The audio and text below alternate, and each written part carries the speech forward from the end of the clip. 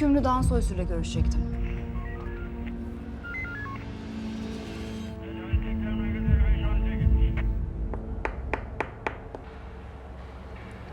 Alnımda değil, orada yazıyor Kut oldum.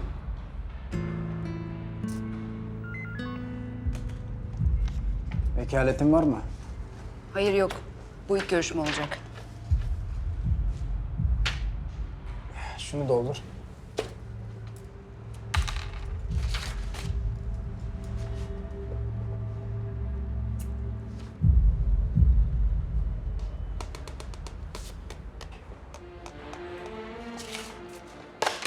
Şimdi karşıya göz taramasına geç.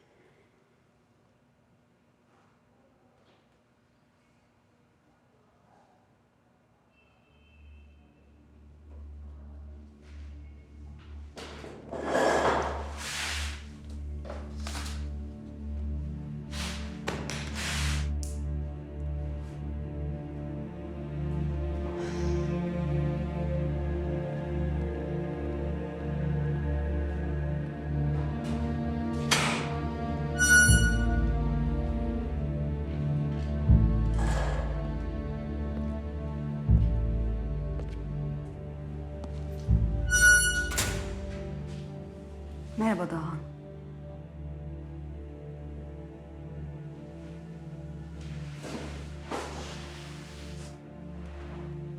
Kim bu diyorsun tabii.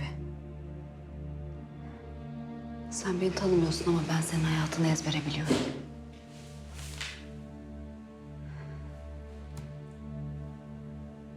Adım Selvi. Selvi Nardan.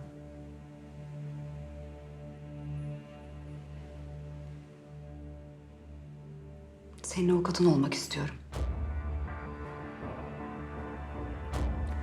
Yani eğer bana vekalet verirsen 11 yıl önce hüküm giymene sebep olan davayı ben yeniden açmak istiyorum.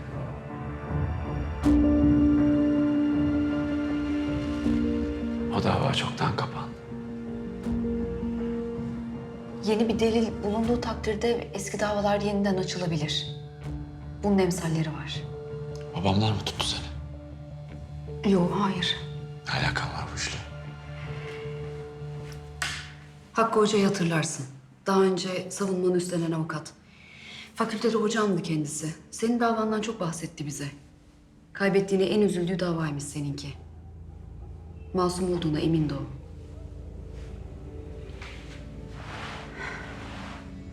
Kendisini geçen sene kaybettik.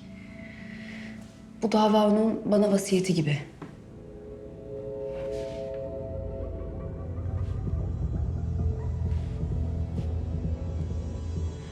Bak, korkunç bir hata yapıldı. Çok büyük bir haksızlığa uğradın.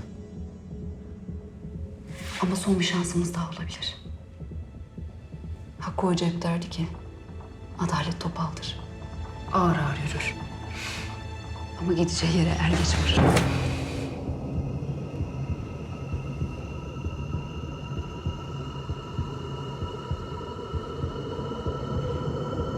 Niye bu kadar heyecanlısın?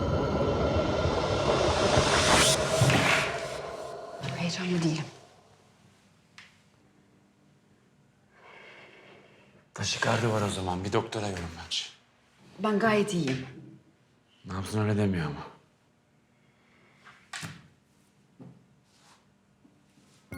Ya tamam, evet biraz heyecanlı olabilirim. Bu benim ilk davam olacak. Sen de benim ilk müvekkilim.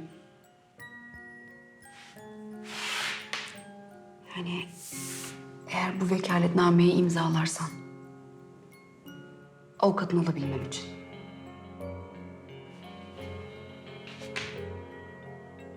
Avukata falan ihtiyacım yok. Git kendine başka dava bul. Gardiyan! Bir dakika. Ya lütfen dinle. Daha söyleyeceklerim bitmedi.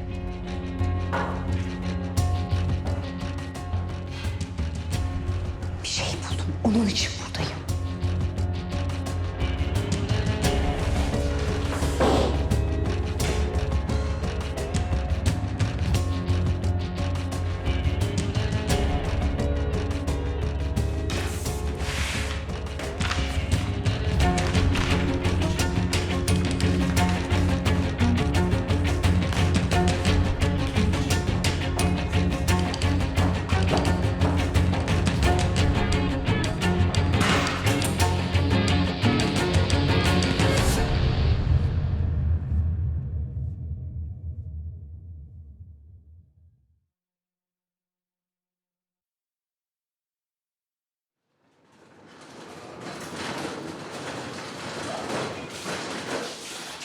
İstediğiniz tahlilleri yaptırdım. Yarın sonuçları çıkar. Tamamdır.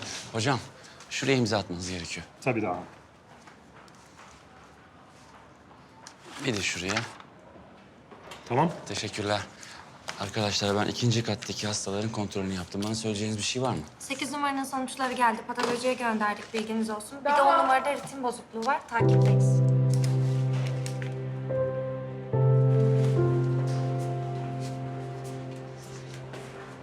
Hoş geldin. Hoş buldum.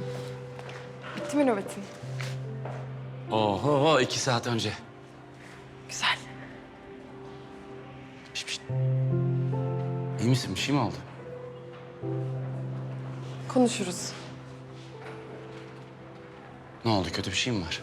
Ya yok aşkım. Böyle ayaküstü konuşulacak bir şey değil. Ben seni dışarıda bekliyorum. Tamam, hocadan izin alayım gelirim. Tamam.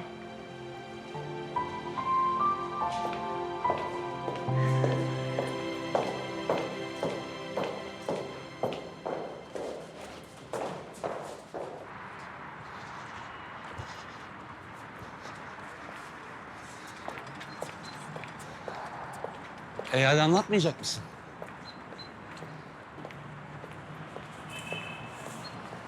Oturalım mı şöyle? Ama bak korkmaya başladım şimdi. Ne o? Yoksa ayrılacak mısın benden? Hayır tabii ki. O zaman... O zaman ikinci şık...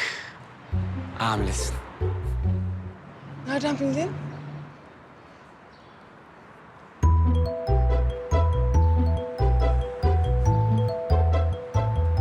Bildin mi? Hadi ya. 2 hafta gecikti. Yani gecikince test yaptım. Ne yapacağız? Yapacak tek bir şey var. Kalk hemen gidip halledelim şu işi. Gel. Nasıl yani? Hemen şimdi mi? 2 dakika konuşsaydık bari. Bu kadar kolay mı senin için? Ne kadar çabuk o kadar iyi. Korkma hadi gel. İnanamıyorum sana.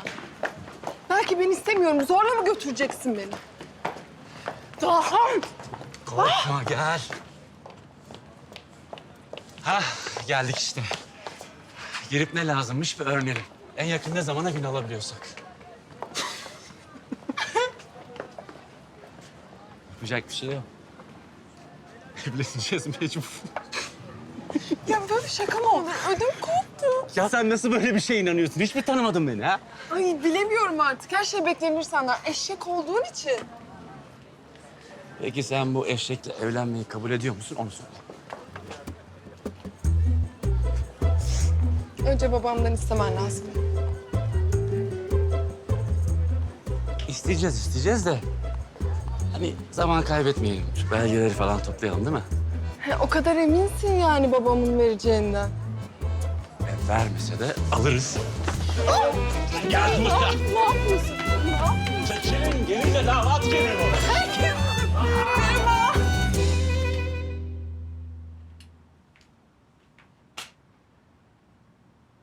Nereden çıktı bu evlenmek oğlum? Sırası mı şimdi? Daha yaşınız ne, başınız ne? Dur hele bir okulun bitsin. Bir uzmanlığını al. Sonra sırası gelir o işlerin. Öyle değil mi Halil? Haksız mıyım? Ya bir şey söylesene Allah aşkına.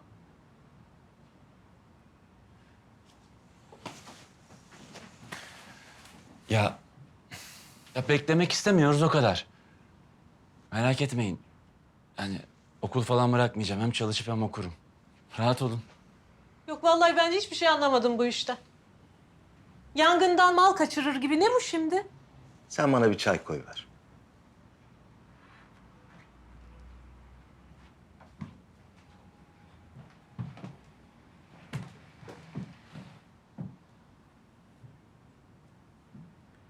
Bize söylemediğin bir durum var değil mi?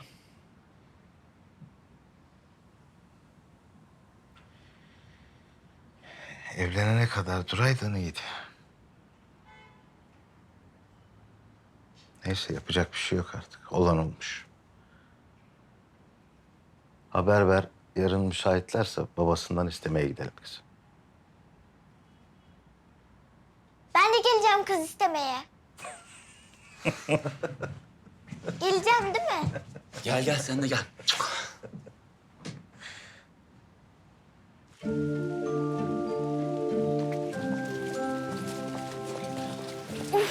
Amma büyük ev. Belli abladan kaç kişi kalıyor burada? Babasıyla ikisi işte. Annesi? Annesi yok. Niye, nereye gitmiş? Dedeannenin gittiği yere. Öbür dünyaya mı? Belli ablan senin kadarken. Vallahi benim bu işe hiç aklım yatmadı. Bunlar bize kız verir mi? Niye vermişsin Sabiha? Niyesi var mı Halil? Baksana şuraya. Biz bunların dengi miyiz? Denklik sadece parayla mı Sabiha Hanım? İnsanlıkla denk olalım yeter.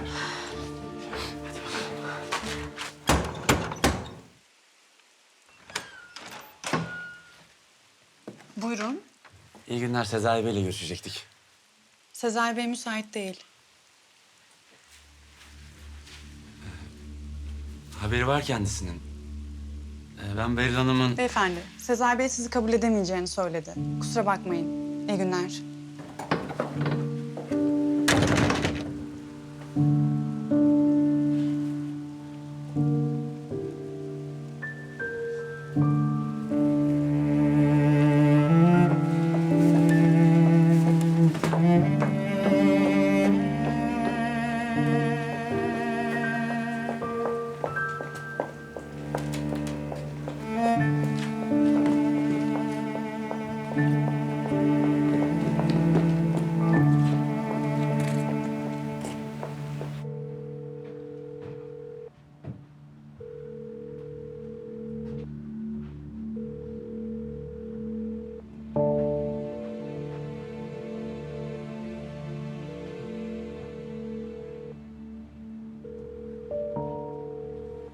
Ömrümde böyle aşağılanmadım ben.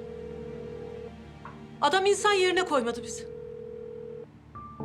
Evini almaya bile tenezzül etmedi. Ya açmazsa açmasın, arama artık, bırak. Olmaz zaten bu iş artık.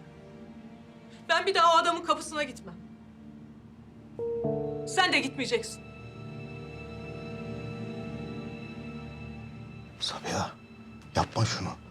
Oğlan kahroldu zaten. Bir de sen üzüyorsun. Nereye gidiyorsun? Aha. Oğlum bir delilik yapma sakın.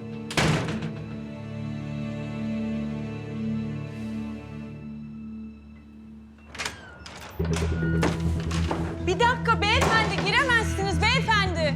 Beyefendi çıkın lütfen. Beyefendi giremezsiniz. Beril nerede? Beril Hanım yok evde. Beyefendi çıkın lütfen beyefendi. Beril! Beyefendi. Sezai amca, lütfen. Yani hayatım buna bağlı. Eğer babama söylerseniz mahvolurum, biterim ben.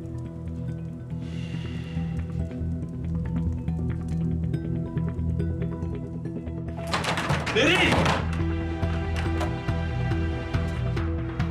Beril!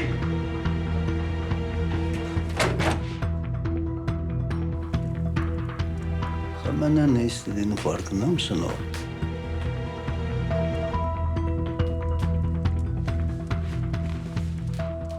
Bunca yıllık ortağımdan böyle bir şey nasıl saklarım ben?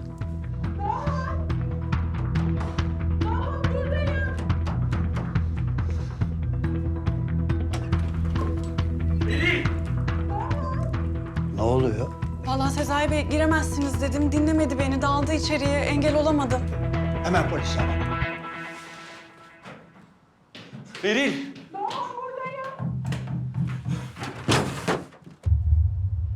Daha buradayım. Beril buradayım, geldim. Kilitledi beni buraya.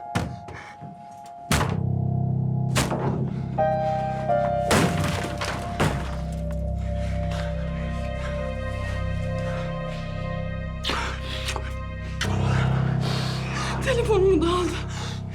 Tamam geçti. Geçti tamam geçti. Geçti. Geçti. Hadi gidelim buradan. Hadi. Kimliğini falan hadi çabuk. Başka bir şeye gerek yok.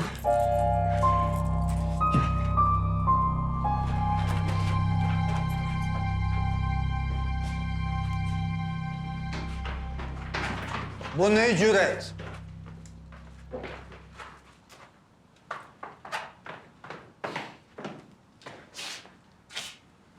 Siz nezaketten pek anlamıyorsunuz galiba. Bu sabah gereki cevabı aldığınızı sanıyordum. Sezai Bey, kapıdan kovmak mı nezaket dediniz yoksa insan yerine koymamak mı? Ne kadar isabetli bir karar verdiğim ortada. Ayrıca istenmediğiniz eve zorla girecek kadar alçalacağınız da aklımın köşesinden geçmezdi.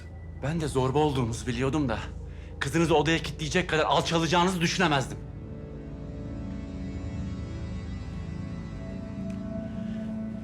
Evleneceğin adamı gördün mü? Buna mı layık görüyorsun kendini? Baba yeter. Başlama yine ne olursun. Polis birazdan burada olur. Ben sizden bir kere daha rica edeyim. Bu komediyi daha fazla uzatmayalım. Beril almadan hiçbir yere gitmiyorum.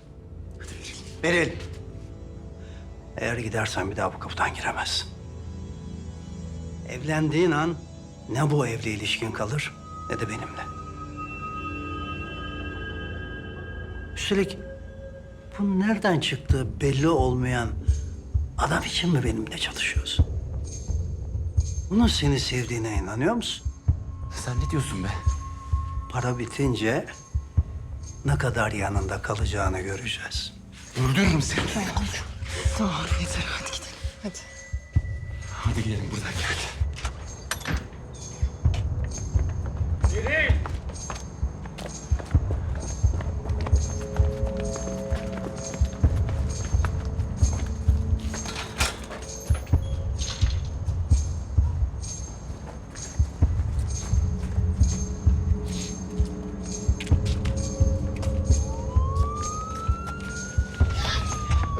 Aşkım polis. Dönelim. Gelirse gelsin yürü. Aşkım mevzu büyüyecek ne olursun. Bir şey olmaz gel. Beril. Atlayın hadi.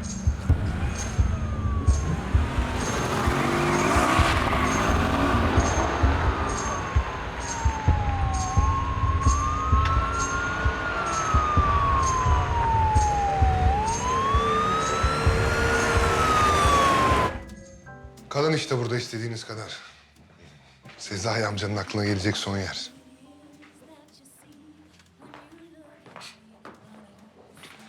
Beril, söyle bakalım şüpheci sevgiline. Kaç yıldır tanışıyoruz biz? Bilmem 20 falan mı? Doğduğumuzdan beri yani. Güvenebilirsin yani bana. Ele vermem sizi. Sır tutmayabilirim. Merak etme. Ne dersin aşkım? Ellerine kadar idare ederiz burada. Sen nasıl istersen. Sağ ol.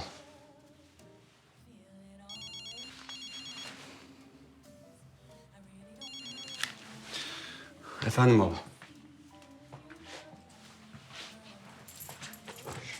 Teşekkürler. Beril. Emin misin? Her şeyini kaybedeceksin. O kadar çok mu seviyorsun bu adamı? Evet. Bütün hayatın değişecek. Olsun.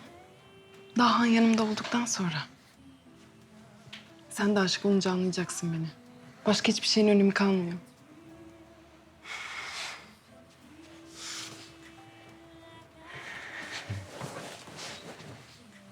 Ne oldu aşkım? Ne diyor baban? Eve polis gelmiş. Baban şikayetçi olmuş. Beni arıyorlarmış. Baba. Of. Sizinkiler nefret edecek benden. Senin başına iş açtın diye annen de kızacak bana. Ya saçmalama, olur mu öyle şey?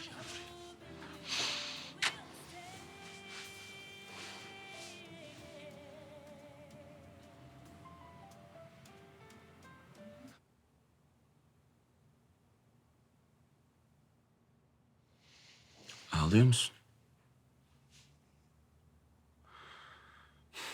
Ama yapma şimdi. Niye ağlıyorsun? Yoksa pişman mı oldun? Neye? Ne olacak bana kaçtığına? Daha değil. Hiç pişman olmayacaksın ki. Söz. Çok mutlu edeceğim seni. Başta biraz sıkıntı çekeceğiz. Ama sonra her şey yoluna girecek. Ben mezun olup uzmanlığım alana kadar sıkacağız dişimizi. Hem bu arada Özgür de büyür.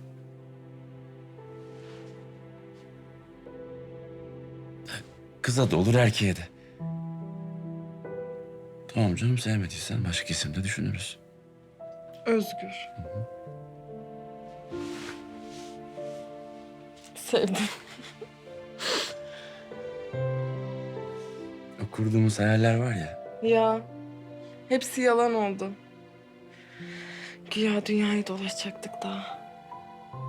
Kızıldeniz'e dalıp Himalayalara tırmanacaktık. Yapamayacağız şimdi. Yapacağız. Ama 2 değil, 3 kişi yapacağız. Bütün hayallerimiz gerçek olacak.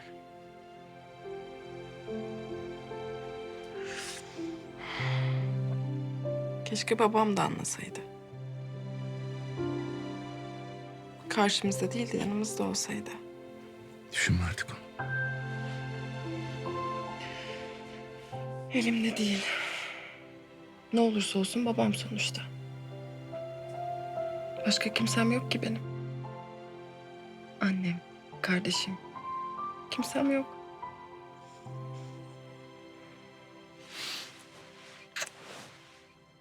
Ben varım.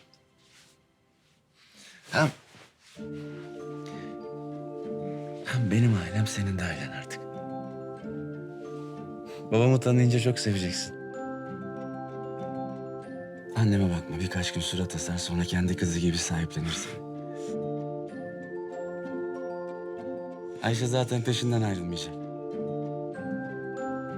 En fazla birkaç ay kalırız bizimkilerde. Evi tutana kadar idare edeceğiz. Sonra senin gelinlik işi var. Tabii senin beğendiğin bir şey alamayız ama...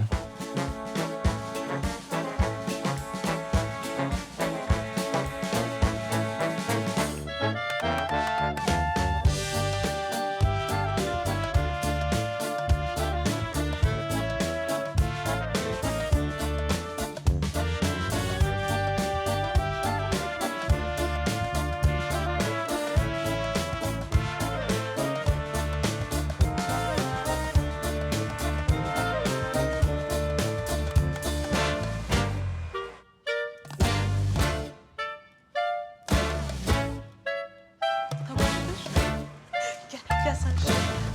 Tam vereyim bir tane. Şuraya şunu. Şimdi nasıl böyle?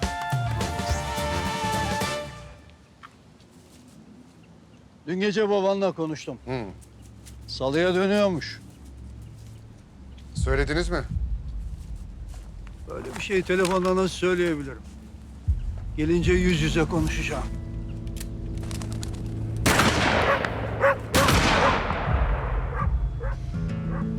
Ne yapsam vazgeçiremeyeceğim değil mi size? Muzaffer annene acımaz. Hakkı da. Ama sana insaflı davranacaktır. Ne de olsa bunca yıldır oğlu olarak biliyor seni. Öyle kolay kolay söküp atamaz.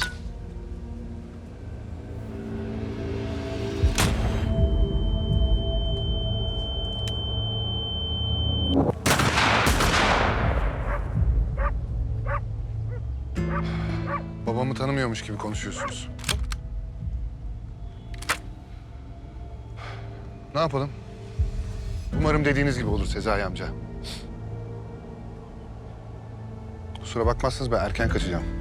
Nikah var ya malum. Yani Beril'e acıyorum. Aslında işim olmaz. Yani ben de gitmesem kimsesi olmayacak kızın yanında.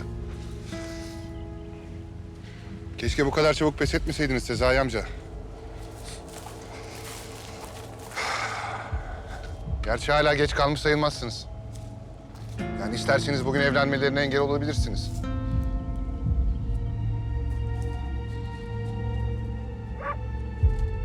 Ben de yardımcı olurum size. Para. Tek derdi para.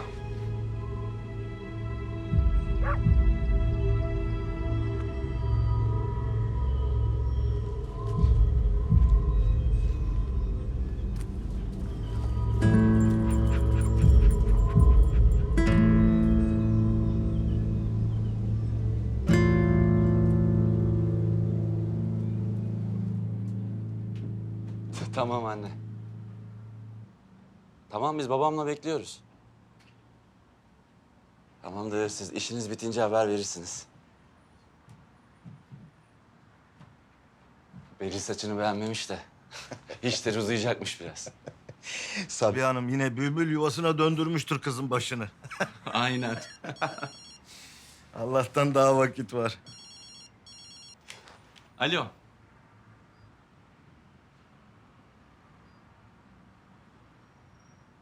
Evet.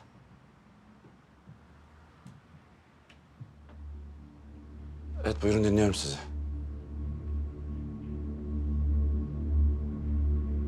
Yok, şu anda burada değil. Telefonda söyleseniz olmuyor mu?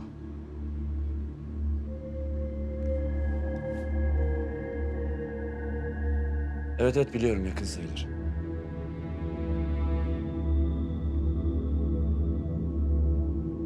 Tamam. Tamam, görüşürüz. Kimdi o? Sezai Bey, Beril'in babası. Ne istiyormuş? Nikahtan önce erkek erkeğe bir konuşalım. Şu aramızdaki husumeti halledelim diyor. Yakınlarda dükkanı mı ne varmış? Oraya gel diyor. İyi. Bir git görüş bakalım. İnsafa gelmiş madem. Onu da al getir nikaha. Gelin kızımız sevinir.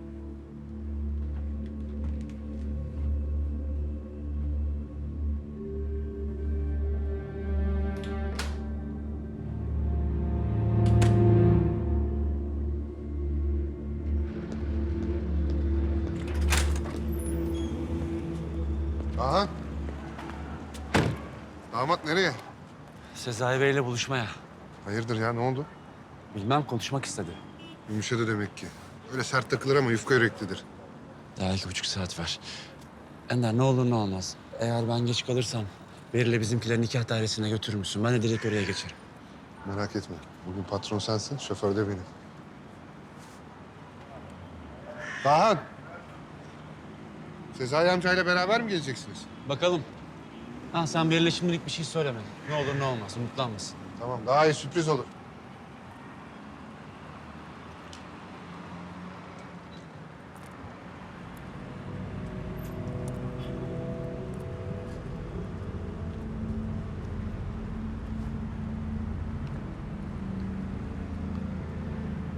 Geliyor, hazır mısınız? Hı, güzel. Diğerleri?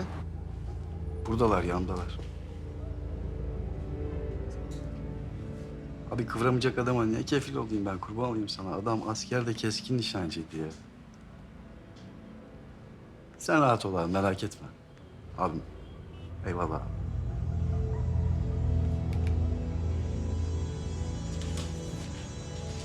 Yılmaz. Bir aksilik çıkmasın, gözünü seveyim. Bu dallama beni mahveder yara. Yok.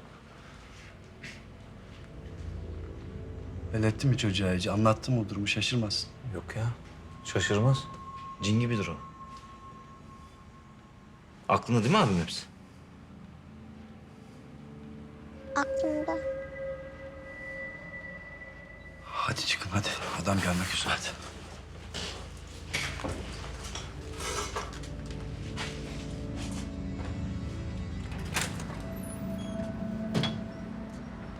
Görüşürüz kardeşim.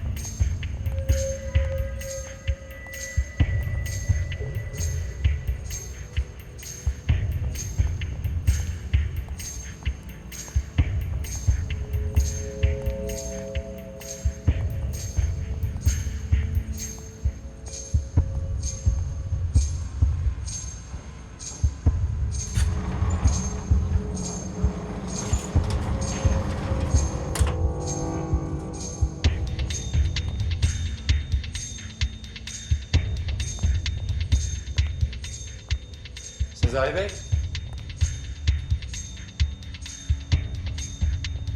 Sezai Bey.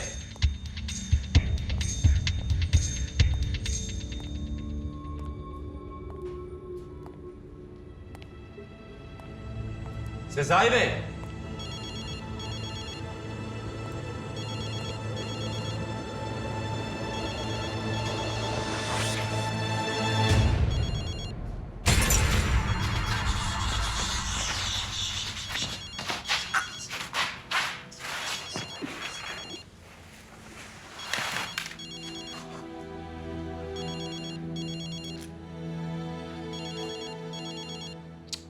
Açma.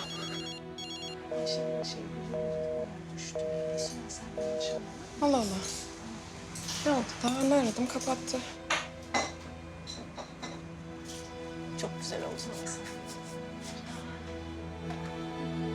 Bakalım ne geldi bak. Hadi bak.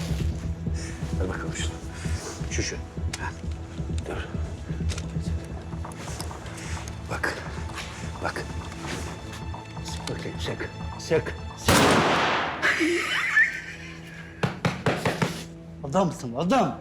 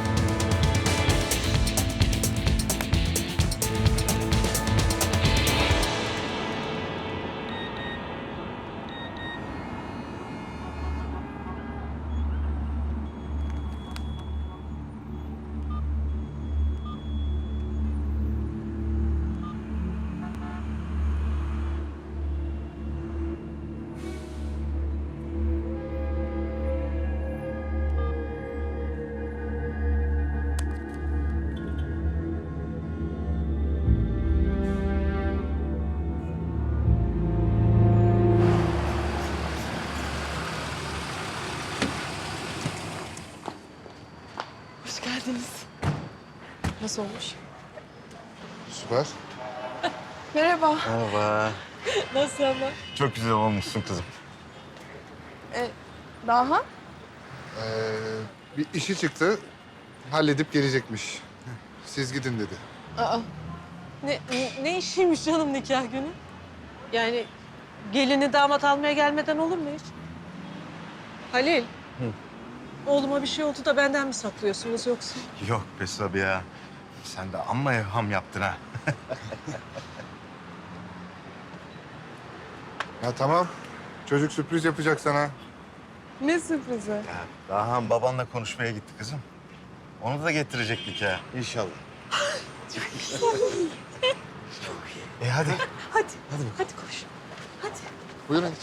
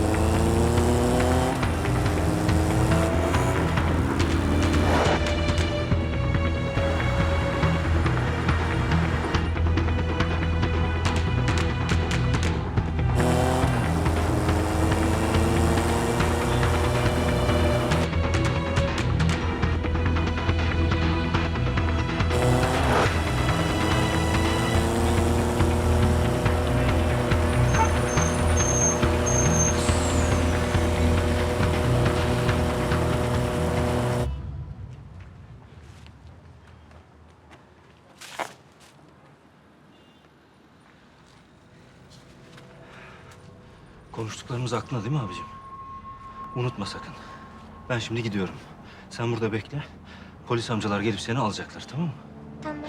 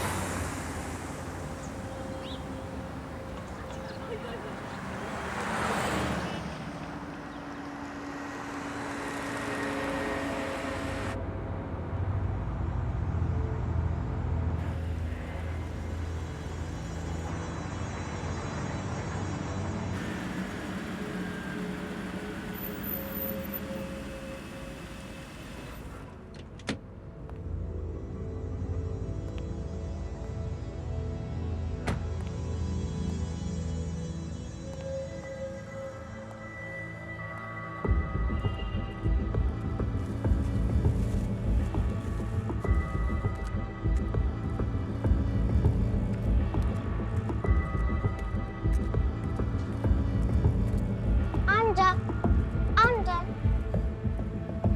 Mendil alır mısın amca?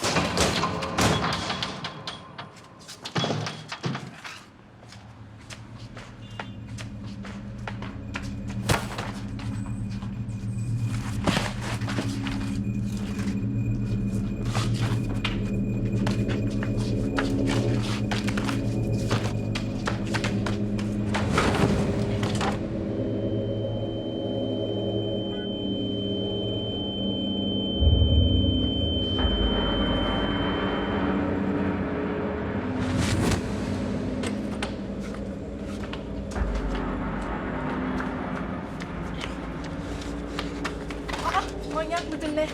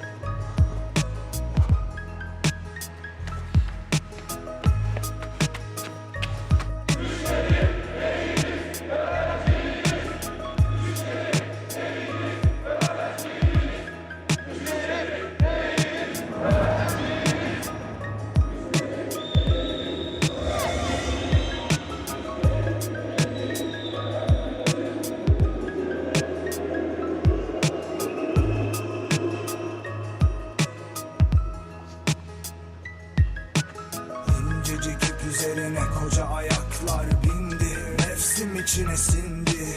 Kirpiklerim titremekte korkularından.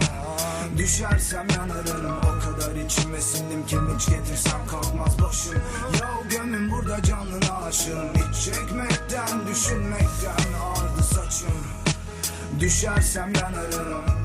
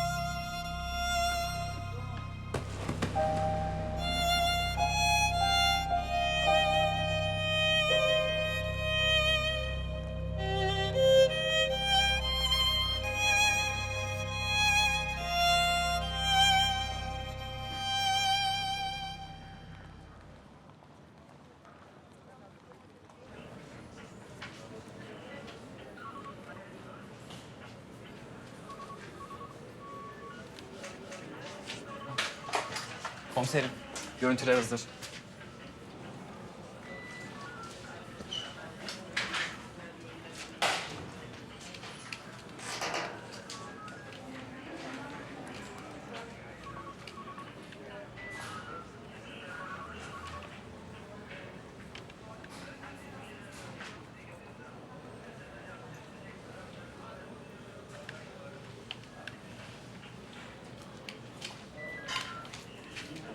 Kızı getirdiniz mi?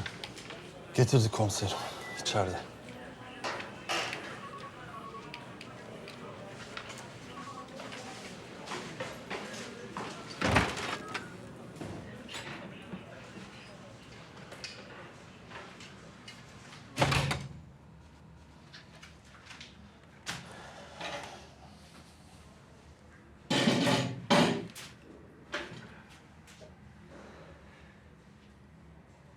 Kızım, gördüklerini bize anlat ki bir an önce yakalayalım adamı, tamam mı?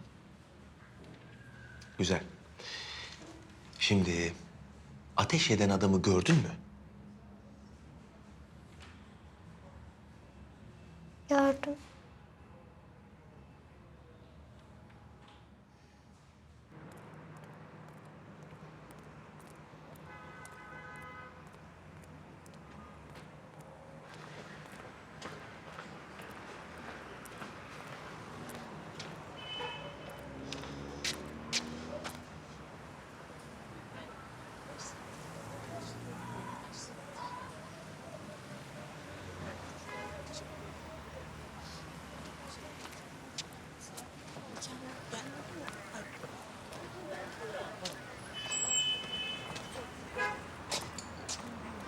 Dahan, kaç saattir seni arıyoruz oğlum. Nerelerde?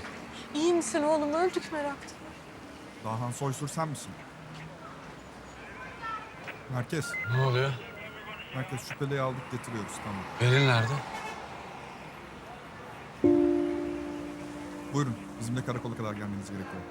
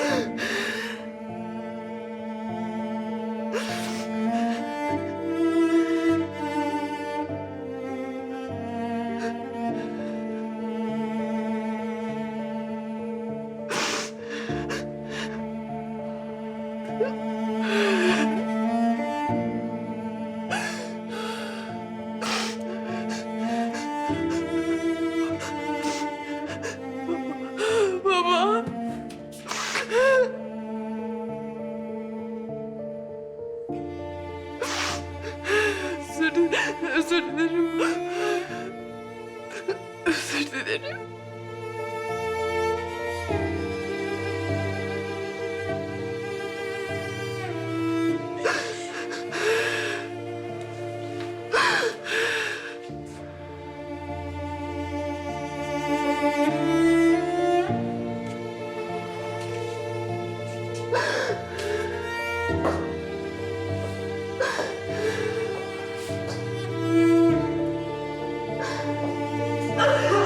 Allah aşkına halimize baksana neredeyiz? Divunam geldi. Besledik seninle konuşuyorum. Hadi senden konuşuyorum. Çıldırtacaksın beni. Besledik ben bana şu da manifeste. Buradan. Geç şuraya otur.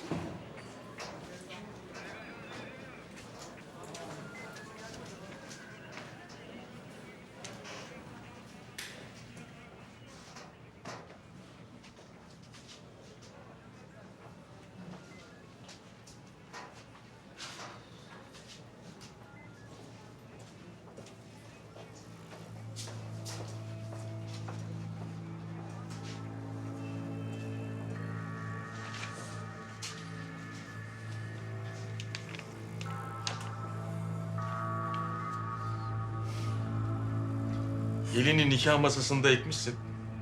Hayırdır damat bey? Nereye kayboldun onca saat?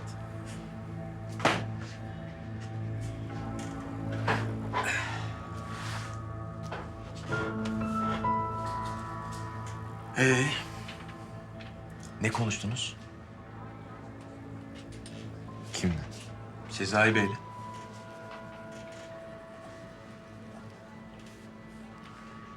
Konuşamadık, gelmedi. Biri saldırdı bana. Burama bir şey sapladı. Sonra? Sonrası yok. Gözümü açtığımda tek başımaydım. Kapıyı arkamdan kilitlemişler. Peki gözünü açtığında saat kaçtı? Hatırlamıyorum. Ne oluyor? Ben niye buradayım? Beril'e bir şey mi oldu? Babası bir şey mi yaptı? Anlat bakalım, sonra ne yaptın?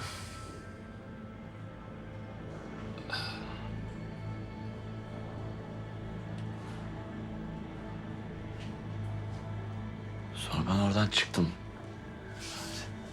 Çıktım oradan. Nereye gittin? Nikah dairesine gittim. Nasıl? Aracın var mıydı? Yürüdüm. Yürüdün. Peki, nerelerden geçtin? Bilmiyorum. Ya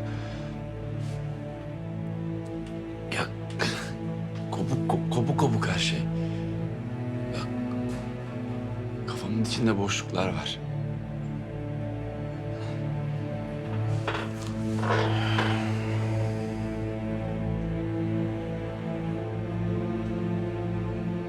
Doldur o boşlukları. İyi düşün.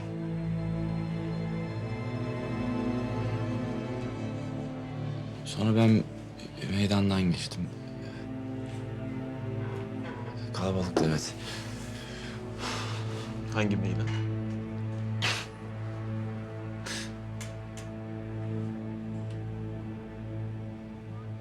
Bilmiyorum. Devam et. Dedim ya kopuk her şey. Arası yok. Sonra nikah dairesine gitmişim. Oradan da eve geçtin. Sonra arkadaşlar seni buraya getirdi.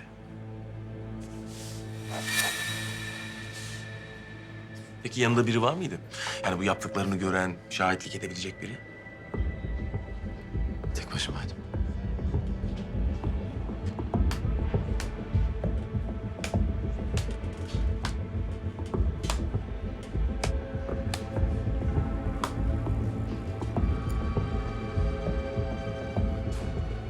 Bu kadar mı? Söyleyeceğin başka bir şey yok. Şırıngaydı sapladı. uyuşturucu enjekte etmiş olmalı. Halil sonuçları gelince anlarız ne olduğunu. Sonra birkaç test daha yapacağız sana. Artık ne olduğunu söyleyecek misiniz? Ben niye buradayım? Bana niye bunları soruyorsunuz? Müstakbel kayınpederin vuruldu. Nasıl? Kim vurdu? Biz de onu anlamaya çalışıyoruz. Durum nasıl peki? Sizlere ömür.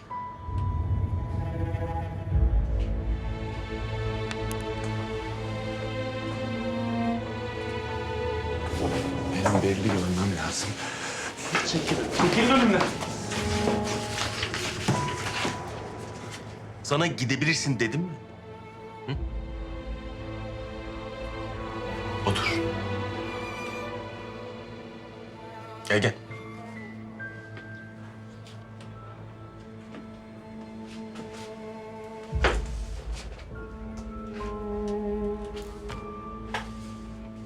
Seninle daha işimiz bitmedi. Şu elçi.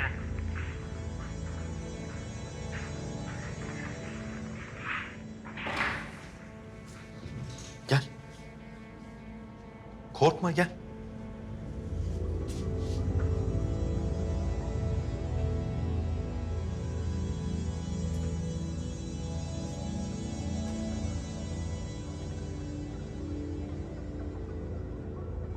İyice bak. Gördüğün adam bunların içinde var mı?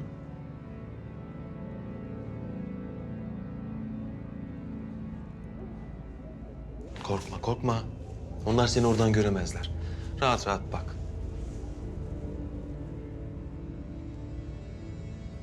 Ateş eden adam orada mı? Hangisi?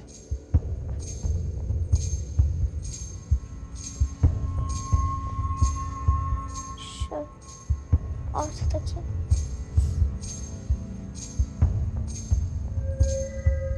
Ortadaki bir adım öne gel.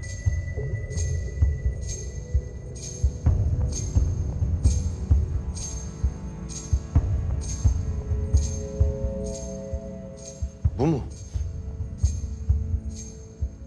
Bu.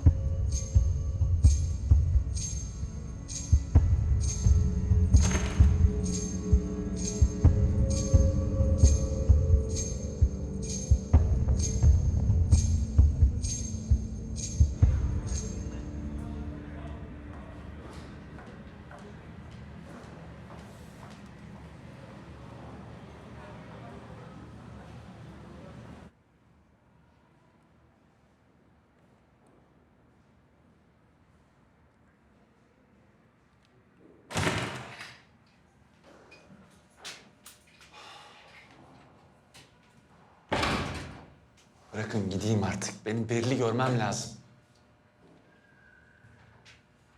Onu artık zor görürsün. Ne demek bu? Bal gibi anladın demek. Siz benim yaptığımı mı? Benden mi şüpheleniyorsunuz? Yok. Şüphelenmiyoruz. Biliyoruz. Hani kafanda böyle boşluklar vardı ya. Ben şimdi anlatayım, onlar biraz dolsun. Sezai Karalı seni aradı. Sonra sen evden çıktın. Sezai Karalı'ya bir mesaj çektin.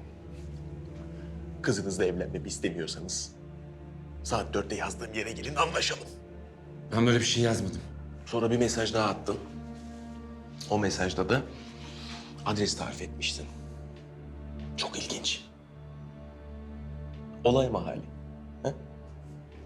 Ben mesaj falan atmadım. Yok.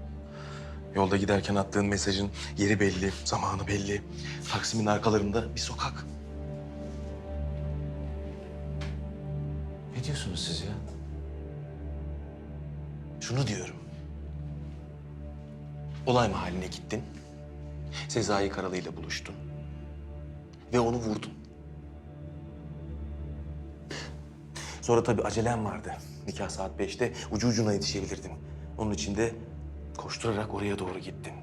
Ve bu telaşla telefonunu düşürdün. Ama bizim arkadaşlar telefonunu buldu. Tamam işte ya beni bayıltan kişi telefonumu almış. Ya cebimde yoktu telefon. Elinde barut izi vardı. Nasıl olur, imkansız bu. Biri tuzak kurdu bana. Kan tahlili sonuçları çıkmadı mı? Çıktı. Ama senin beklediğin gibi değil. Kanın tertemiz, helal olsun. Geç kaldınız çünkü beklettiniz beni burada. Kaç saat geçti üstünden? Oo, bravo. Yıllardır bu meslekteyim ama senin kadar pişkinliğini görmedim. Ne söylesek bahanem var. Bakın memur bey, böyle ilaçlar var anında narkoz etkisi gösteren ama birkaç saat sonra vücutta izi kalmıyor. Ya buradaki şırınga izini görmüyor musunuz? O şırınga izinin seni kurtaracağını sanıyorsan yanılıyorsun. Bak ne diyorum. Telefon, mesajlar, elindeki barut izi. Ya beni bayıltan kişi yapmış olamaz mı? Elime tutuşturmuştur silahı, çekmiştir tetiği. Barut izi tamam işte. Hakkında bunca kanıt varken hala suçsuz olduğunu mu söylüyorsun? Ya ben elime silah almadım, silah tutmasını bile bilmem. Sevdiğim kadının babasını niye öldüreyim? Kavga etmişsiniz. Adamın evini basmışsın. Yakasından tutup seni öldüreceğim demişsin. Sen demedin mi bunu ha? İnkar mı ediyorsun? Dedim ama öyle ağzımdan çıktı sinirli. Tamam işte. Güzel. Mahkemede de aynen böyle söylersin. Benimle uğraşacağınıza gidin o katili bulun. Belli ki suçu benim üstüme atmak için plan yapmış. En güzelini sona sakladın biliyor musun? Cinayeti senin işlediğini gören bir şahit var. Buna ne diyeceksin?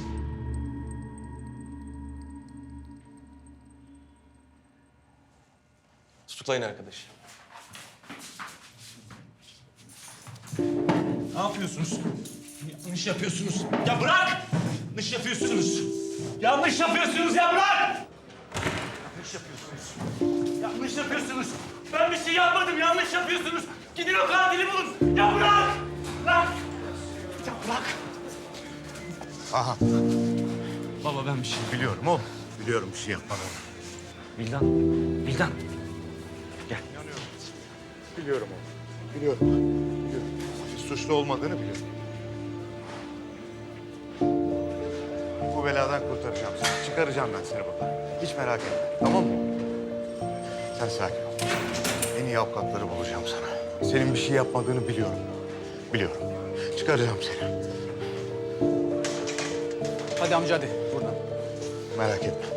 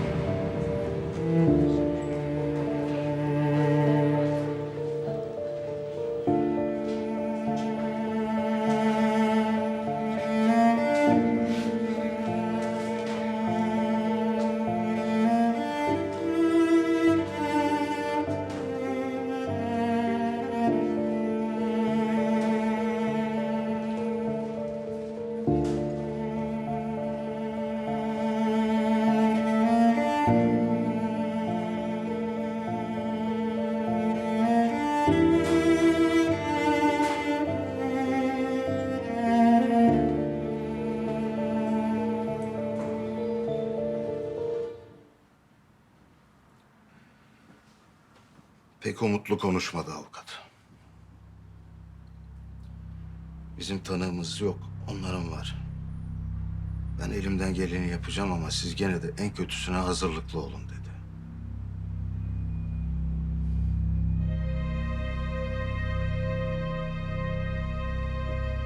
O şahitlik eden. Güya görmüş ya Daha'nı. Kimmiş o, neyin nesiymiş bir şey söylemedi mi avukat? O da bilmiyor ki. Polisler gizliyormuş kimliğini.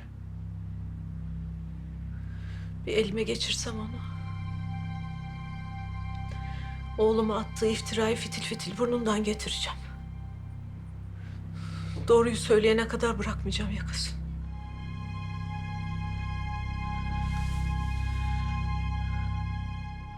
o ırz düşmanlarının, o katillerin arasında ne yapar benim oğlum? Ne yapar? Dört duvar arasında, gün yüzü görmeden. Sakin ol Sabiha'm, sakin ol. Çıkmadık candan umut kesilmezmiş. İnşallah hakim anlayacaktır kimin yalan, kimi doğru söyledi. İnşallah. Gereği düşünüldü. Gerekçeli kararda ayrıntılı şekilde açıklanacağı üzere dosyada yer alan delillerin kolluk kuvvetlerine ait tutanaklar ve olay yeri araştırma tutanaklarıyla örtüştüğü, suça konu fiilin sanık tarafından işlendiği, görgü şahidi beyanları ve adliye tıp kronoloji raporuyla sabittir. Olay günü sanık Dahan Soysür'ün maktulün kızıyla evlenmek üzere olduğu, fakat maktul ile sanık arasında geçmişe dayalı husumet bulunduğu ve sanığın telefonundan maktulün telefonuna gönderilen mesaj üzerine sanığın söz konusu eylemi planlayarak, kasti olarak işlediği sabit görüldü. Türk Ceza Kanunu'nun 82 Taksim 1A maddesi gereğince sanığın ağırlaştırılmış müebbet hapis ile cezalandırılmasına karar verilmiştir. Ama yanlış yapıyorsunuz. Yanlış yapıyorsunuz.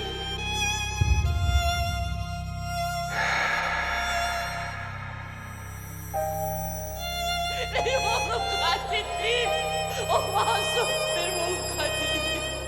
Benim oğlum katil değil. Benim oğlum katil değil. İftira ediyorum için adalet.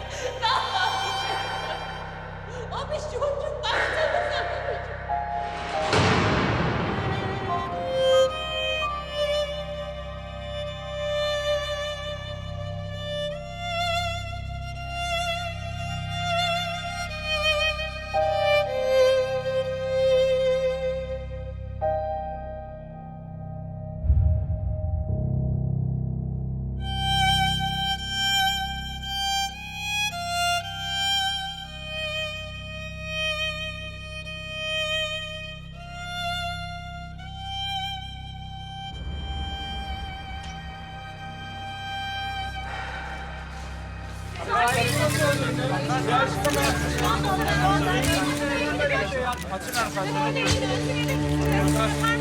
Beril!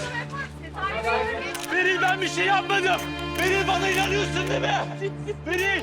Beril bana tuzak kurdular! Dahan! Oğlum hiç merak etme oğlum. Kurtaracağım seni. Hiç merak etme.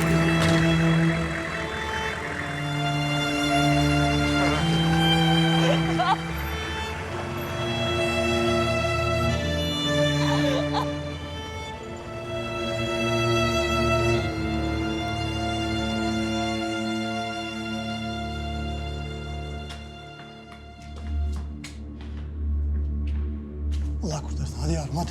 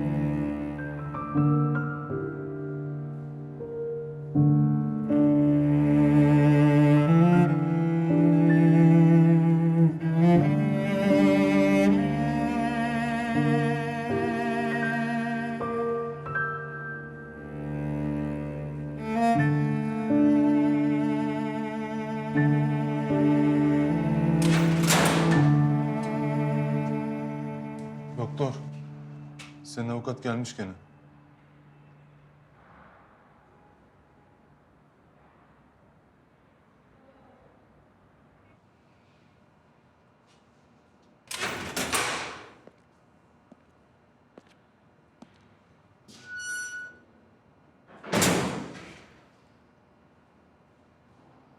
Derdin ne kızım senin? Beni dinleyene kadar gerekirse her gün geleceğim. Pes etmeye niyetim yok.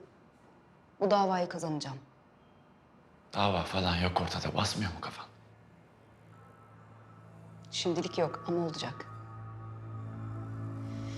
Dün de söylediğim gibi yeni bir delil bulunduğu takdirde kapanmış davalar yeniden açılabilir.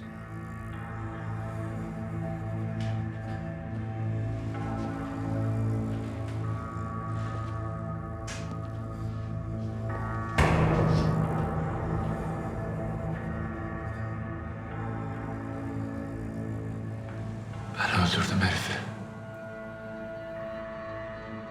Boşuna müebbet yemedim yani.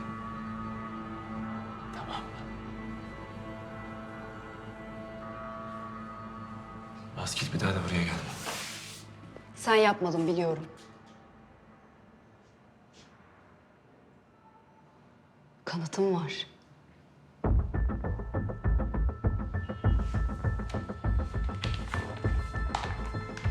Cinayeti senin işlemediğini ispatlayabiliriz. Bakmayacak mısın içindekilere? Hadi açsana.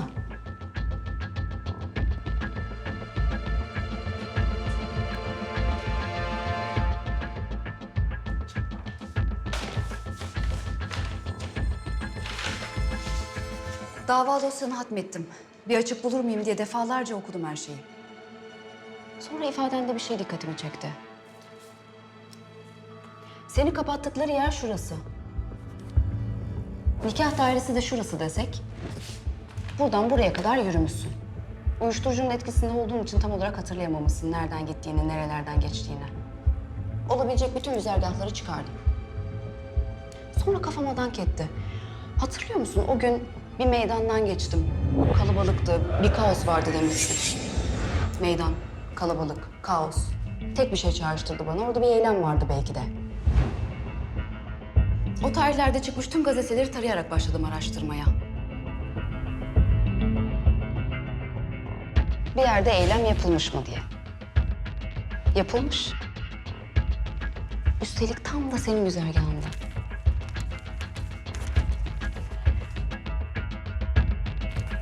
Bir yerde bir eylem yapılmışsa orada mutlaka televizyoncular ve gazeteciler de vardır diye düşündüm. Birileri mutlaka o eylemi kaydetmiştir. Belki dedim daha anda o görüntülerden birine girmiştir.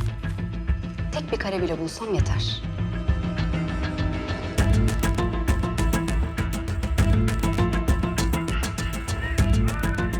Sonra sıra televizyon kanallarına ve haber ajanslarına geldi. Samanlıktaki iğneyi aramak gibiydi ama bir umuttu işte. Kapısını çalmadığım yer, izlemediğim video kalmadı.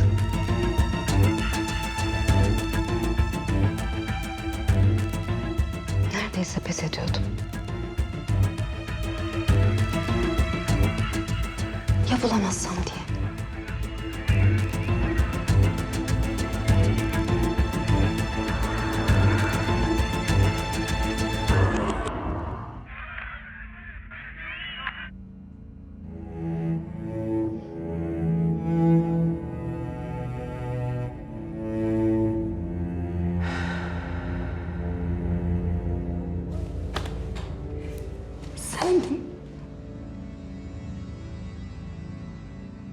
Oradaydın işte. Bu görüntüler o kamera kaydından alındı.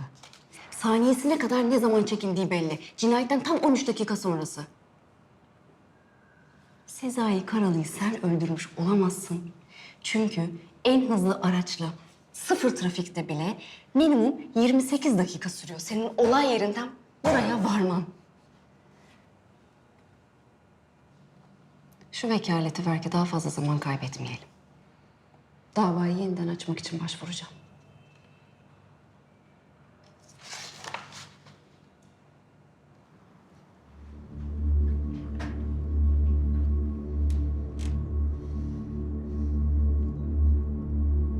Demek dava yeniden açılıyor. Nasıl olur ya? Onca sene geçmiş, katil içeride. Yeni bir kanıt bulmuş Ender Bey. Ne kanıtı? Açıkçası ben de bilmiyorum. Mahkemede öğreneceğim yarın. Yarın mı? Mahkeme yarın. Ve siz bana bugün haber veriyorsunuz, öyle mi? Benim de yeni haberim oldu Ender Bey. İlk defa bu kadar hızlı neticelendiğine şahit oluyorum. Yani normalde bu tür başvuruların değerlendirilip duruşma tarihi verilmesi ayları bulur. Avukatı cevval biri olmalı. Allem etmiş, kallem etmiş, nasıl yaptıysa becermiş.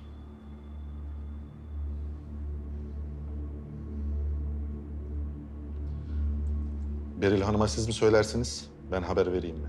Sakın. Beril'in hiçbir şeyden haberi olmayacak. Ama bilmesi gerekmez mi? Nasılsa öğrenecek. Öğrenmeyecek. Boşuna üzülmesini istemiyorum. Belki hiçbir şey çıkmayacak. Çıkabilir mi? Belli olmaz. Yani davayı tekrar açabilecek kadar kuvvetli bir kanıtsa... Dağhan'ı içeriden çıkarmaya yetebilir.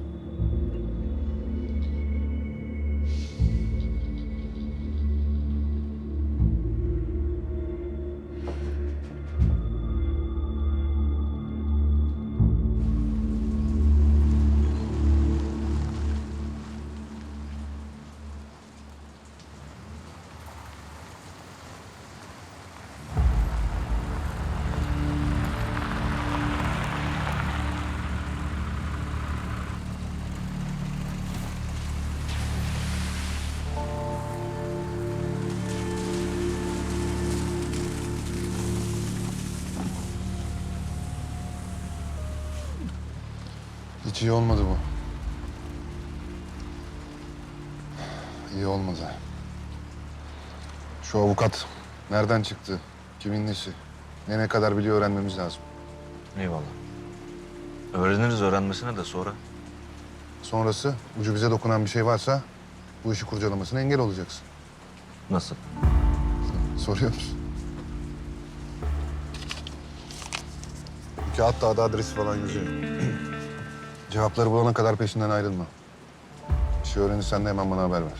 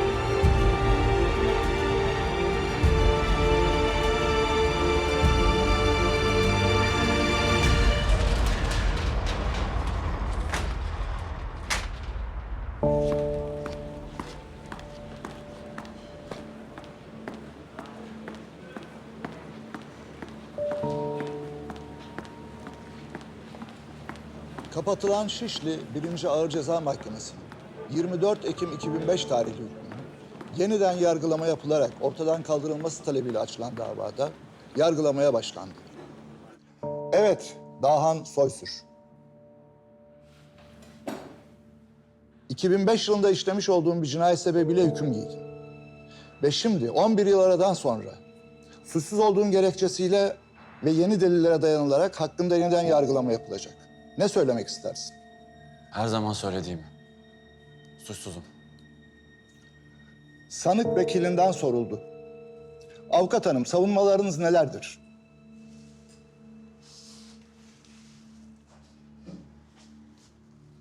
Sayın Başkan, savunmamız...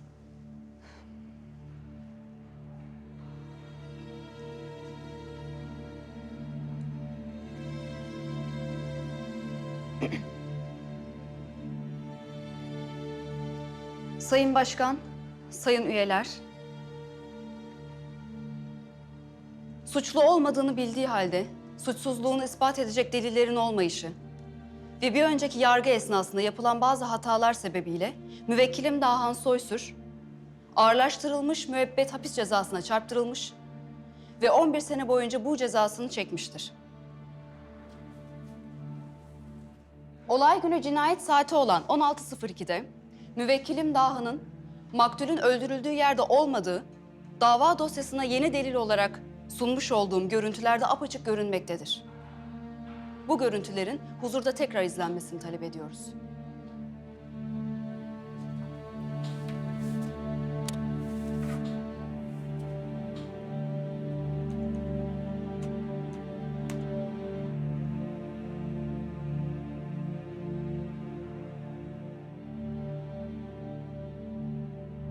Adli Tıp Kurumu tarafından yapılan inceleme ve bilirkişi raporlarıyla benim dava dosyasına eklemiş olduğum raporda da buradaki kişiyle müvekkilimin boy ve vücut ölçüleri ve yüz hatlarının eşleştiği, bu videodaki kişinin müvekkilim Dahan Soysür olduğu açıkça belirtilmiştir. Bu görüntüler Haseki Cevdet Paşa Caddesi'nde çekilmiştir. Cinayet mahallinden Haseki Cevdet Paşa Caddesi'ne ulaşmak en az 28 dakika sürmektedir. Bu da eğer en kısa güzergahı sıfır trafikte olabilecek en hızlı şekilde kat ediyorsak, cinayetin saat 16.02'de işlendiği, karakol ve olay yeri tutanaklarında açık bir şekilde görülmektedir. Oysaki müvekkilim saat 16.15'te Haseki Cevdet Paşa Caddesi'nde bulunduğu, bu görüntüler sayesinde net bir şekilde görüyoruz. Bu durumda müvekkilimin bu kadar kısa sürede bu yolu kat etmiş olması imkansız görünüyor. Bu görüntülerin montaj olmadığı, orijinal olduğu da bilirkişi raporlarıyla açıklığa kavuşmuştur. O gün bu görüntüleri kaydeden kameramanlar da ifade vermek üzere hazırlar. Tanıkları çağırın. Yemin eder misiniz? Yemin ederim. Peki bu görüntüleri siz mi çektiniz? Evet. Selvi Hanım benden bu tarihteki video görüntülerini ve haberleri istedi. Ben de arşivden çıkardım, verdim. Söz konusu görüntüler orijinal görüntülerdir. Yüz hatları, mimik hareketleri ve postürü incelediğimizde bu kişinin sanığın kendisi olduğunu teyit etmiş bulunmaktayım. Karar. Video görüntülerinin orijinal olduğu, görüntülerdeki kişinin sanık Dahan Soysür olduğu, sanığın olay anında başka bir yerde olduğunun kuvvetli delillerle ispatlandığı, sanığın aynı anda her iki yerde birden bulunmasının hayatın olağan akışına uygun olmadığı, temyiz yolu açık olmak üzere sanığın beraatine karar verildi. Özgürsün Dahan.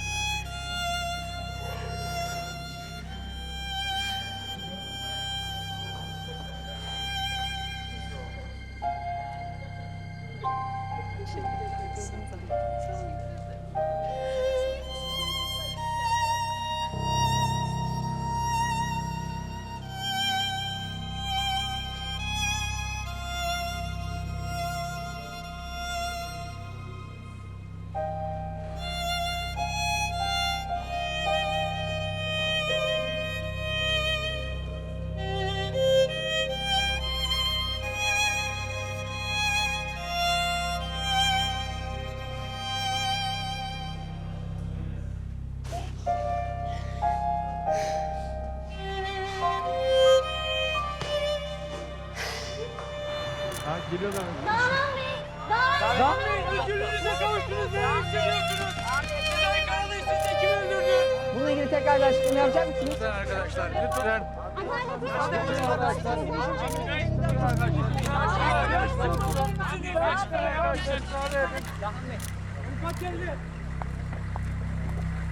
Daha sonra avukatsız mısınız? Evet. Neler söylemek istersiniz? Zamanında böyle başa bekliyor muydunuz? Ne hissediyorsunuz? Tabii ki çok mutluyum. Dahan işlemediği bir suçtan 11 senesini kaybetti. Neyse ki daha da geç olmadan adalet yerini buldu. Şimdi ne yapmayı düşünüyorsunuz? Tazminat davası açacak mısınız? Tabii kaybedilenlerin telafisi olamaz ama evet tazminat davası açacağız. Ayrıca Sezai Karalı cinayetiyle alakalı yeniden soruşturma başlatılacak. Ben de müvekkilim adına bu soruşturmayı takip edeceğim. Sezai Karalı sizi kim öldürdü? Farklı açıklamalarınız olacak mı bununla ilgili? Daha sonra açıklama yapacak.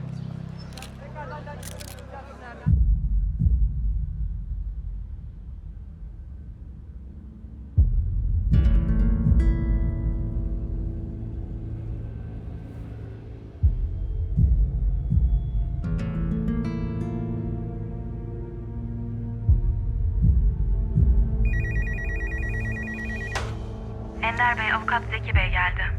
Gelsin.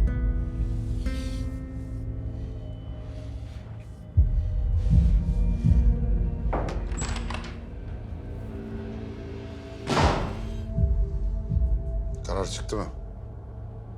Beraat etti. Tamam, çıkabilirsiniz. İyi günler.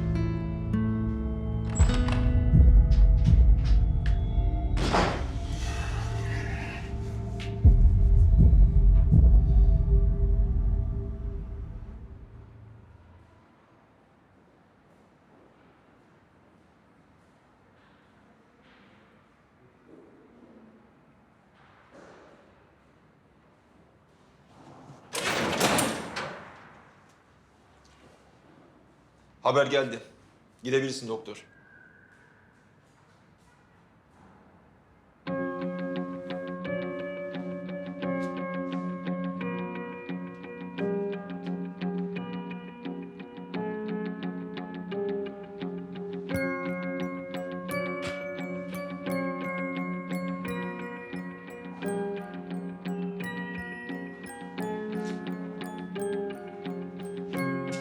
Hadi geçmiş olsun.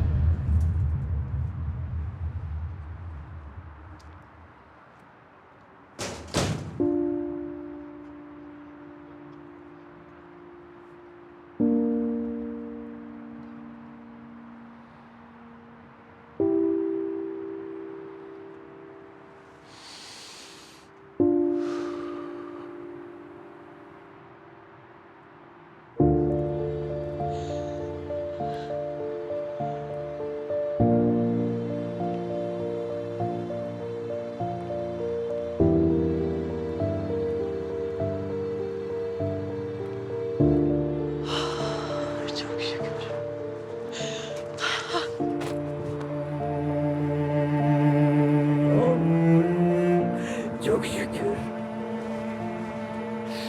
Seni şu kapıdan çıkarken gördüm ya. Şükürler olsun. Şükürler olsun. Abicim.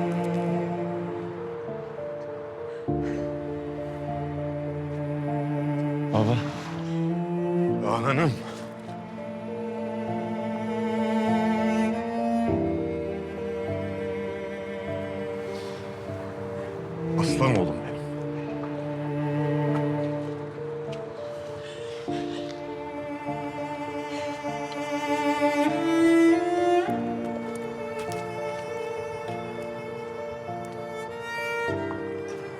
Sağ ol kızım. Bize ne kadar büyük bir hediye verdin bilemezsin. Hakkını ödeyemeyiz. Allah sizden razı olsun.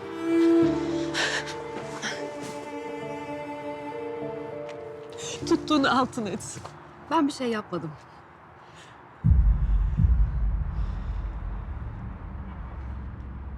Olması gereken buydu zaten. Biraz da bana bırakın.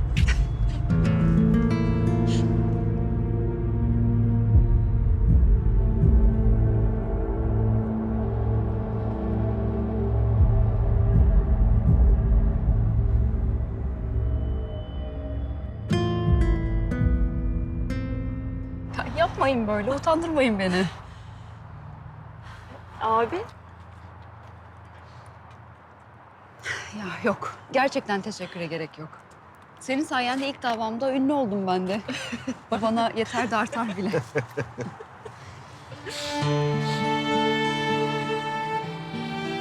Senin kalbin hep böyle atıyor galiba.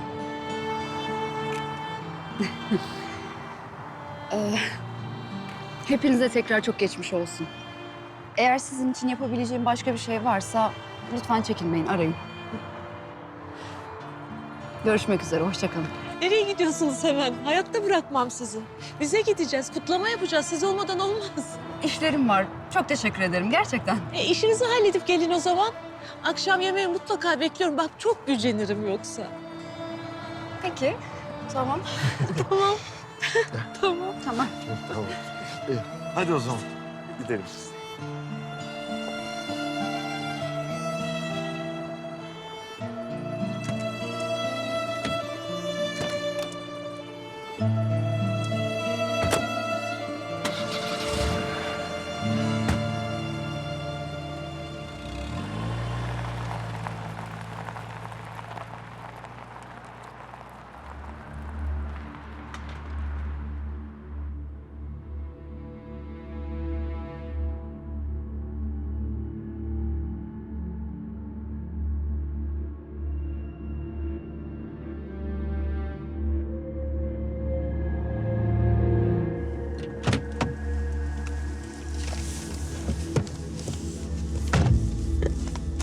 Ne işin var burada abi?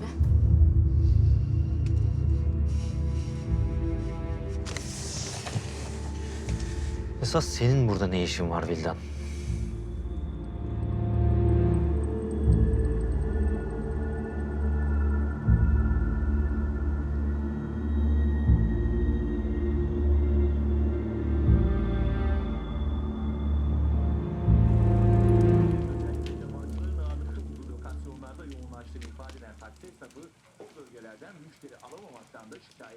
İstanbul Taksiciler Esnaf Odası Başkanı Yahya Uğur da hile yapanların taksici esnafından ayrılması gerektiğini söyledi. O insanlarla buradaki gerçekten helal para kazanmak isteyen esnafları özellikle istirham ediyorum müşterilerimizden bir tutmasınlar. Arkadaşlar 11 yıl önce ünlü iş adamı Sezai Karalı cinayetinden suçlu bulunan ve müebbete mahkum olan Dahan Soysür'ün yıllar sonra ortaya çıkan sürpriz bir kanıt sayesinde masum olduğu ispatlandı. Dahan Soysür bugün tekrar görülen mahkeme sonucunda serbest bırakıldı. Kendisinin cinayet günü ve saatinde başka bir yerde olduğunu doğrulayan görüntüler 11 yıllık haksız esareti de sona erdi. Dahan masum ölmüş.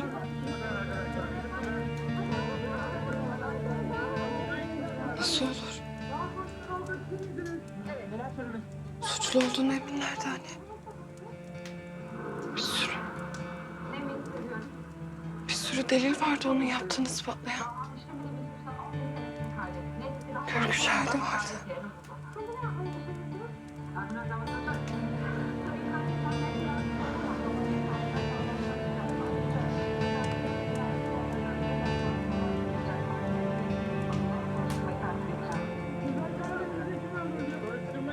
Bir yıl boyunca boşu boşuna mı yattı hapiste?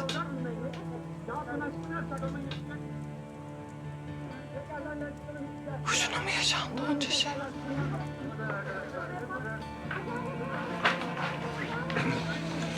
hayatım. O zaman hata yaptılar. Yani şimdi mi bilemeyiz ki. Ayrıca bunca zaman sonra yani ne fark eder masummuş demiş. Ha? Yani, neyi değiştirir ki? Her şeyi değiştirir.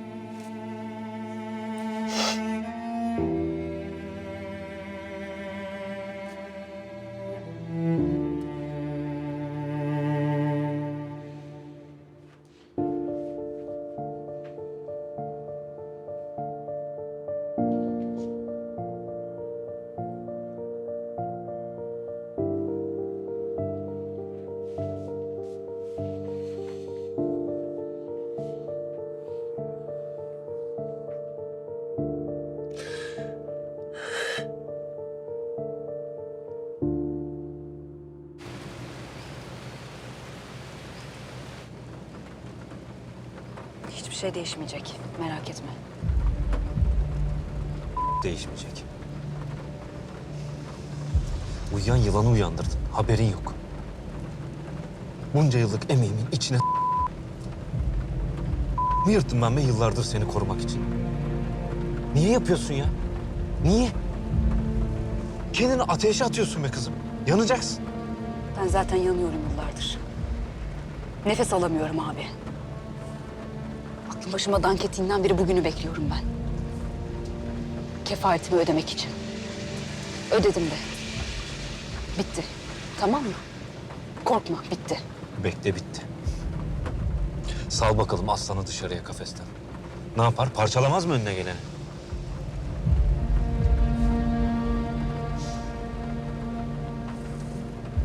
Öyle bir şey olmayacak. Dağhan öyle biri değil. Ulan içeride 11 sene. Kediyi bile aslan yapar. Ya peşine düşerse bu işin? Ne olacak o zaman? Kim koruyacak seni? Ben kendimi korurum abi.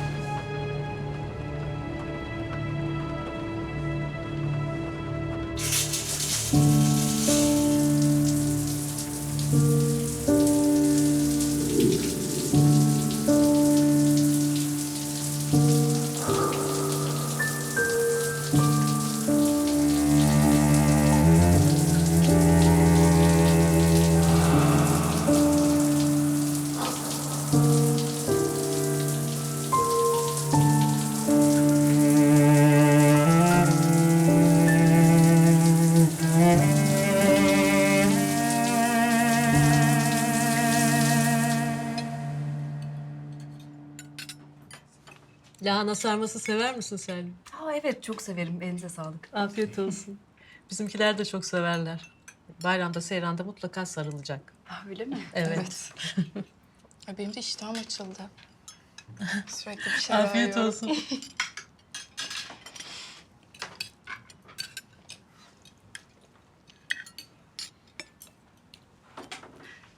Daha niye yemiyorsun oğlum? Sen çok severdin sarmayı. Bir oturuşta 3 tabak indirirdim mideye. Ya evet. Bize hiçbir şey bırakmazdı. Anneme sorardım lahana dolması kaldım diye. Hayır kızım. Çünkü abim bütün tencereyi yedi. Beğenmedin mi yoksa? Beğendim. Eline sağlık. Özlemişsindir diye annen kazanla yaptı. Yarısı burada. Evet, ben de yardım ettim. Yeter. Tamam yeter. Afiyet olsun.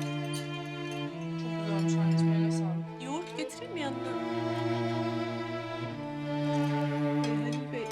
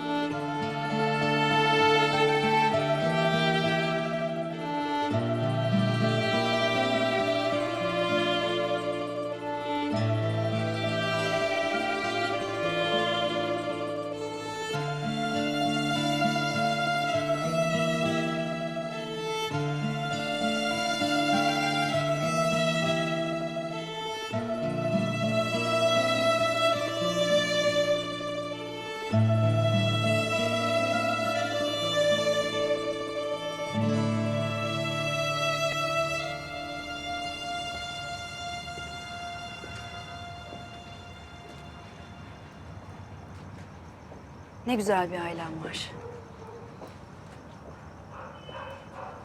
Çok şanslısın.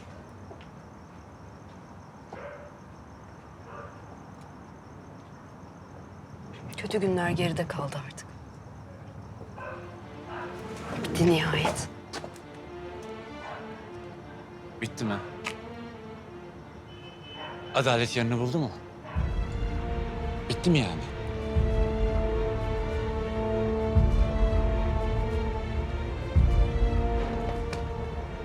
Giden zamanım. 11 sene. Kaybettiklerim ne olacak? Kim verecek hesabını?